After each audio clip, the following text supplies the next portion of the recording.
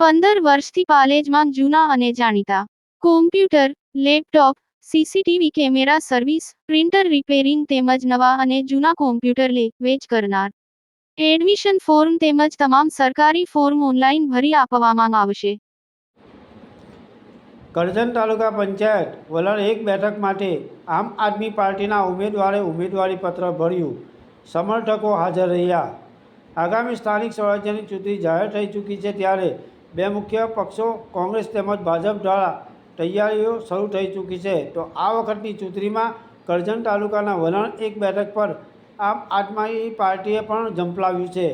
ઉમેદવારી પત્ર ચકાસણીની પ્રક્રિયા બાદ ત્રણેય પક્ષના ઉમેદવારોના ઉમેદવારી પત્ર જો મંજૂર થશે તો વલણ 1 બેઠક પર 2026 સ્થાનિક સ્વરાજ્યની ચૂંટણીમાં ત્રિપક્ષીય જંગ નિશ્ચિત બનશે. આજ રોજ કરજણ તાલુકાના વલણ 1 બેઠક માટે કરજણ તાલુકા વલણ 1 બેઠકના આમ આદમી પાર્ટીના ઉમેદવાર યુસુફ વલી હસન અલી સમર્થકો સાથે તાલુકા પંચાયત કચેરી ખાતે આવી પહોંચ્યા હતા. કરજણ તાલુકા પંચાયત કચેરી ખાતે તાલુકા વિકાસ અધિકારીને ઉમેદવાર યુસુફ વલી હસન અલીએ પોતાનું ઉમેદવારી પત્ર રજૂ કર્યું હતું. હવે જોવાનું એ રહ્યું કે આગામી 26 એપ્રિલે વલણ 1 બેઠક પર યોજાનારી ચૂંટણીમાં મતદારો કયા પક્ષના ઉમેદવારને વિજયની વરમાળા પહેરાવશે તે આગામી 28મી એપ્રિલના રોજ જાણવા મળશે. પાલેજ ટાઈમ્સ, કરજણ.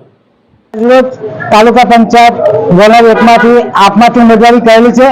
મને વિશ્વાસ છે કે જંગી બહુમતીથી વલણ ગામ મને ચૂંટી લાવશે. હું દરેક અધૂરા કામો પૂરા કરીશ.